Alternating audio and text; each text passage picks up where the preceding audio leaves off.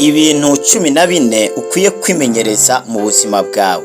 Tugiye kubabwira ibintu 14 ukwiriye kwimenyereza mu buzima bwawe.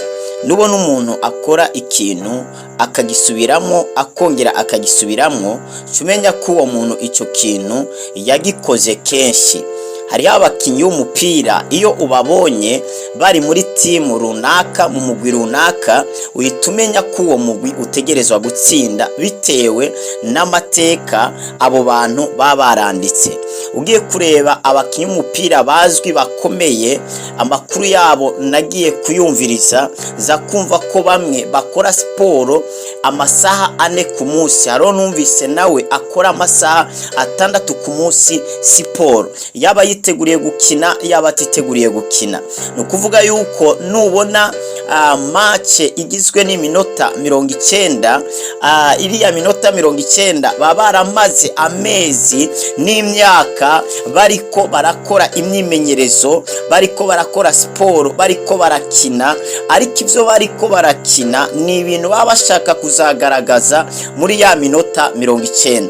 Mu yandi majambo, intsinzi irategurwa. Ikintu cyose ugomba kugeraho ntabwo kiva gukoroka uko nyene, ariko intsinzi irategurwa. Umuntu w'umunyabwenge agenda arashiraho escalier imwe, ya arenganyana akabona hari amazi, agenda arashiraho ibuye rimwe akazatinda hose ahuzuza amabuye, maze akaronka ahantu agenda arakandagira bimworoheye. Intsinzi rero irategurwa, ntabwo ari ikintu umuntu afa gukoreraho ako kanya nyene. Numva umuntu ngo yakoze amasengesho y'imisi 80, wimwigana nawe ngo ugende kuyakora. Oya, uriya muntu yakoze imisi 80, hari igihe yakoze imisi 3, hari igihe yakoze imisi 21, hari igihe yakoze imisi 40, agenda azamuka gahoro gahoro. Niwumva umuntu ngo yaguze imodoka y'imiliyoni 500, wimwigana. Umuntu aguze imodoka y'imiliyoni 500 nuko aba afise miliyari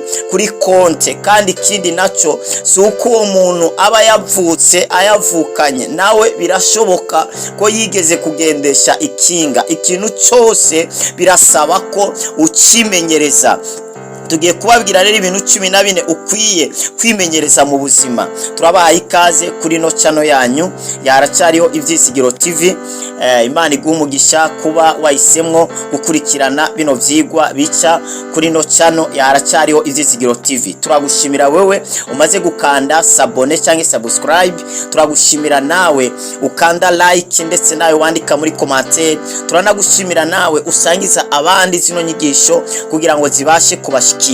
Imana iguhezagire cyane. Niba ari rya mbere udukurikiranye kuri no channel yaracariho Ibyisigiro TV, mwibutse gukanda sabone cyangwa subscribe. Imana iguhezagire cyane. Tugiye kubabwira rero ibintu 14 udakwiriye kwirengagiza mu buzima bwawe. Ukwiriye kwama wimenyereza uko bukeye uko bwije. Ni ibintu bishobora kugufasha kubaho ubuzima bwiza buzira inenge. Ni ibintu bishobora kugufasha kubaho ubuzima bufise intumbero. Nongere mwibutse gukanda sabone cyangwa subscribe, uprataje ku bandi bino bintu 14 nibibashe kubacika. Kandi ikindi no gusaba n'ubu umuntu yumva gusa amajambo afite ikimazi ariko ntagire ico ayakoraho. Ni vyiza igihe wumvishije ijambo cyangwa inyigisho ukumva hari ico wohinduraho, ni vyiza guhita uhindura ako kanya, apana gutegereza.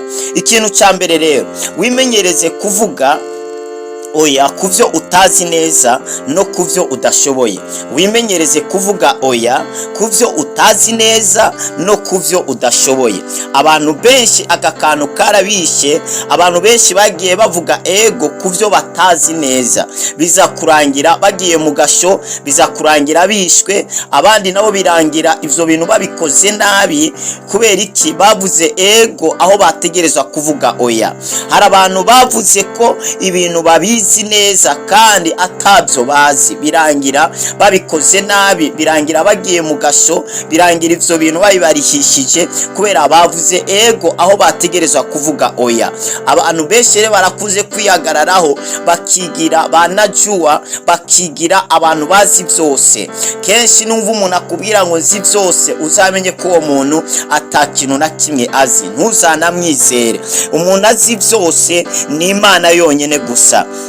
Kuvyo utazi neza urakwiriye kuvuga oya, no kuvyo udashoboye ukavuga oya. Hari abantu babaza ati kiriya kintu uragishoboye, ati yego ndagishoboye, bakiguha kikakunanira, kandi ico kintu hari abari bagishoboye bakwirengagije, noneho bagiha wewe wababwiye ko gishoboye. Ca wibaza rero ayo esheke uzaburi kurashira muri abo bantu. Benshi rero barabangaje mu kazi bavuga ngo barazi ibintu runaka, ariko biza kurangira ivyo bintu atabyo bamenye neza, birangira babikoze nabi. Hari abakozi benshi bononye ibiryo byo mu nzu bavuga ngo barazi kubiteka, abandi bagasuprima amamashini bavuga ngo ndayizi, abandi bagakora ibintu bitandukanye mu ngo zitandukanye, mu masosiyete atandukanye, bigira banajua, bigira ndashoboye. Rero ikintu ca mbere ukwiye kwimenyereza no kuvuga oya kuvyo utazi neza, no kuvuga oya kuvyo udashoboye, no kuvuga oya kuvyo udashoboye. Nimba ari ibintu utazi neza bakubajije canke wumvise, wihubuka uvuge ngo ego, vuga oya kuvyo utazi neza, kandi wimenyereze kuvuga oya no kuvyo udashoboye.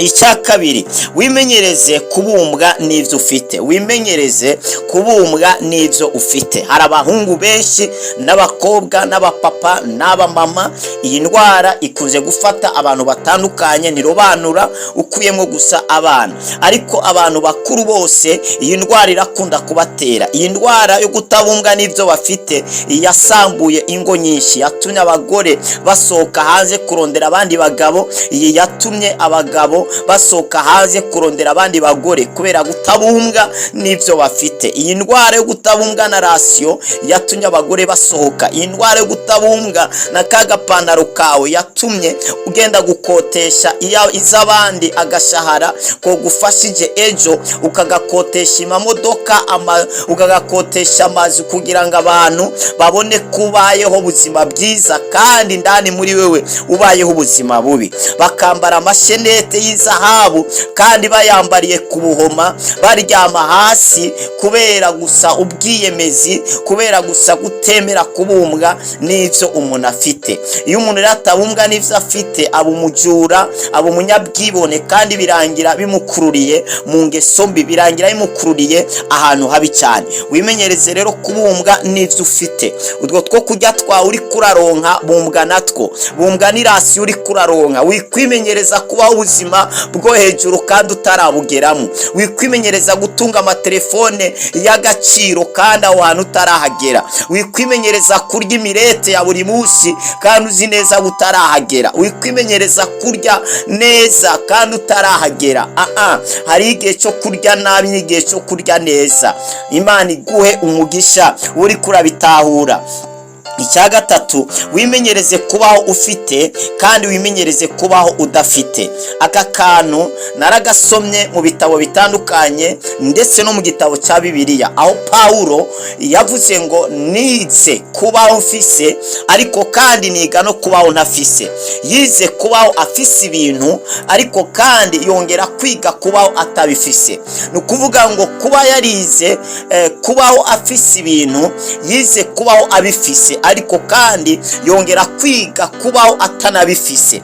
Niyize kuba atabifise bitahari, ahubwo yarimenyereje kubaho nk'udafise ikintu kandi agifise. Ibaze ukimenyereza kugenda n'amaguru kandi ufise imodoka, rimwe ukayisiga mu nzu irimo igitoro kandi nta kibazo ifite, ariko ukagenda n'amaguru. Ukavyimenyereza, ukimenyereza kurya ibijumbu bidatonoye, ukavyimenyereza. Hari abantu baheruka kubirya kera kera muri cya gihe cya kera, ariko uno munsi batari ko babyimenyereza. Hari aho uzagera ugasanga ibindi biryo ntabihari, hari ibijumbu gusa. Utabyimenyereje uzakubitwa n'isara, bizakugendekera nabi kugira ngo uzabimenyere ako kanya. Wimenyereze kuryama hasi ufite imatera, wimenyereze gutunga agatelefone gatoya, wimenyereze no kugara telefone kandi uyifise. Telefone ntukemere ko igusamaza ngo ube umuja wayo. Wimenyereze kubaho nk'uyifise kandi wimenyereze kubaho nk'utayifite. Wimenyereze kubaho ufite birya bintu kandi wimenyereze no kubaho utabifite. Wimenyereze kubaho ufite akazi, wimenyereze no kubaho utagafite. Wimenyereze kubaho ufise amafaranga kandi wimenyereze no kubaho utayafite. Mu yandi majambo, nimba uri kuraronka amafaranga wijana n'ubwo bwishi niyo soko, iyo soko irashobora gukama. Imenyereza kubaho nk'utayafise, utangire kwifata neza, ariko kandi mu bijanye n'imirire cyangwa n'imyambarire n'ibindi bintu runaka, wimenyereze kwambara ibiciriritse kandi ushoboye kwambara ivyibeyo hejuru. Kubera iki? Urafise intego, urafise ahantu ugomba kugera. Icya kane, wimenyereze guha agaciro ivyo ufite.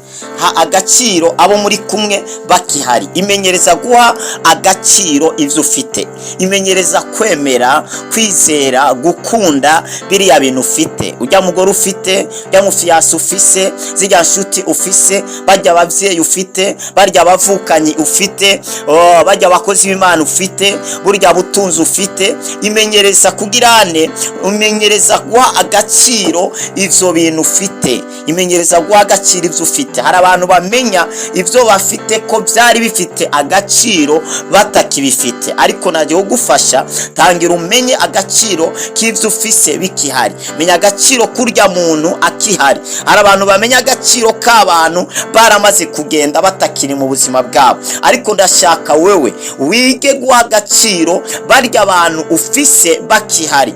Imana iguhezagire cyane.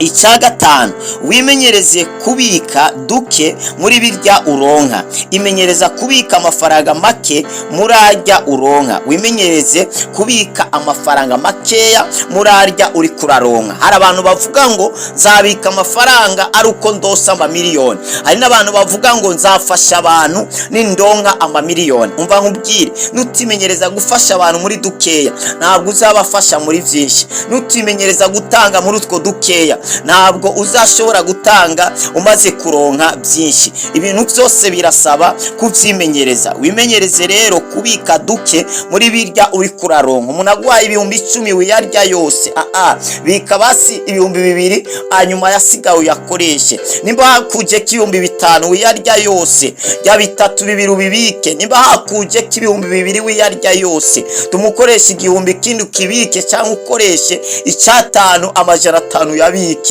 Imenyereza kubika dukeya muri birya ufite. Kandi abantu bafise intumbero, bafise umugambi bagomba kugeraho, ntabwo barya byose bibajeho byose, ntabwo abari rasiyo. Oya, baramenya ngo ibi binje ko harimo ivyo kubika. Icya gatandatu, wimenyereze gukora ibintu bitandukanye. Wimenyereze gukora ibintu bitandukanye. Reka kwimenyereza gukora ikintu kimwe gusa. Oya, nimba hari ikintu kimwe umaze kumenya kandi ukamenya kugikora neza, Imana ishime. Imenyereza rero gukora n'ibindi bintu bitandukanye. Urazi kunyonga imodoka ni sawa, ariko nashaka wimenyereze no kunyonga imoto.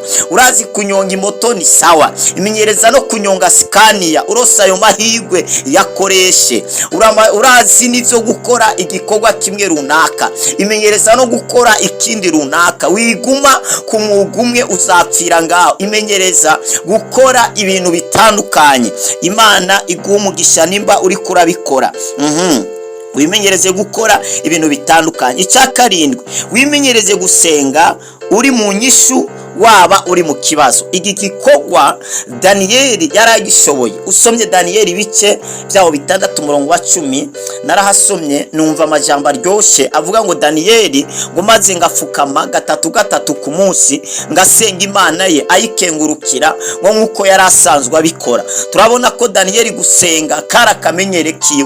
Niyo mpamvu bamutaye mu ntare, intare nizamurya. Ntiyigeze agira ubwoba ngo bagiye kumuta mu ntare. Ubwo bwoba ntabwo yari afite. Kubera iki? Yari afitaniye ubusabane n'Imana, yarasenga Imana. Ibaze yari premier ministre, yari umuntu akomeye mu gihugu, ariko ibyo ntibyamubujije kwimenyereza gusenga. Iyo abantu bakomeye bimenyereza kugendana n'abakomeye, bakimenyereza kurya. Iyo abantu bamaze kuronka amafaranga barafise umwimenyerezo bakora, ariko ni byiza kwimenyereza gusenga Imana. Wimenyereze gusenga Imana mu buzima uri kurabamo, wimenyereze gufata amafungo, wimenyereze kuba imbere y'Imana, wimenyereze kwisonzesha, wimenyereze gusenga. Waba uri muri dushe, toilette, ugiye kuryama, ugiye kuva mukira, gusenga ubigire akamenyero. Gusenga numara kubimenyera, abadayimoni ntibazakumenyera, satani ntazakumenyera, uzisanga uri kurabaho ubuzima bw'ibyishimo bumeze neza cyane. Reka ngeze ahangaha ndababikire bino bindi indwi, zabivuga mu gice cya kabiri, ibintu 14 ukwiriye kwimenyereza mu buzima. Imana iguhezagire cyane ko wadukurikiranye kuri no channel yaracyariyo Ibyizigiro TV. Wibutse gukanda sabone cyangwa subscribe. Ukaba dukurikiranye uri kuri Facebook, kanda follow. Imana iguhezagire cyane. Parataja ku bandi bantu kugira ngo bashikirwe na zino nyigisho, kumbure nabo zabashaga kubafasha.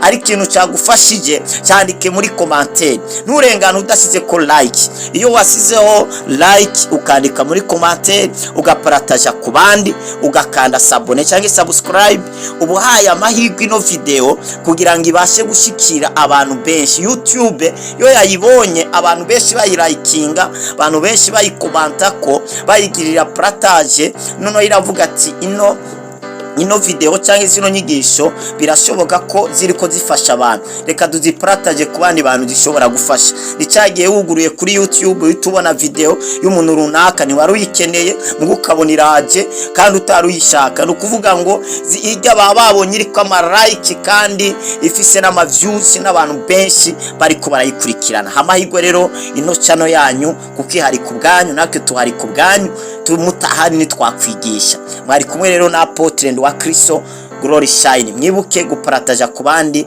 mwarahezagiwe cyane.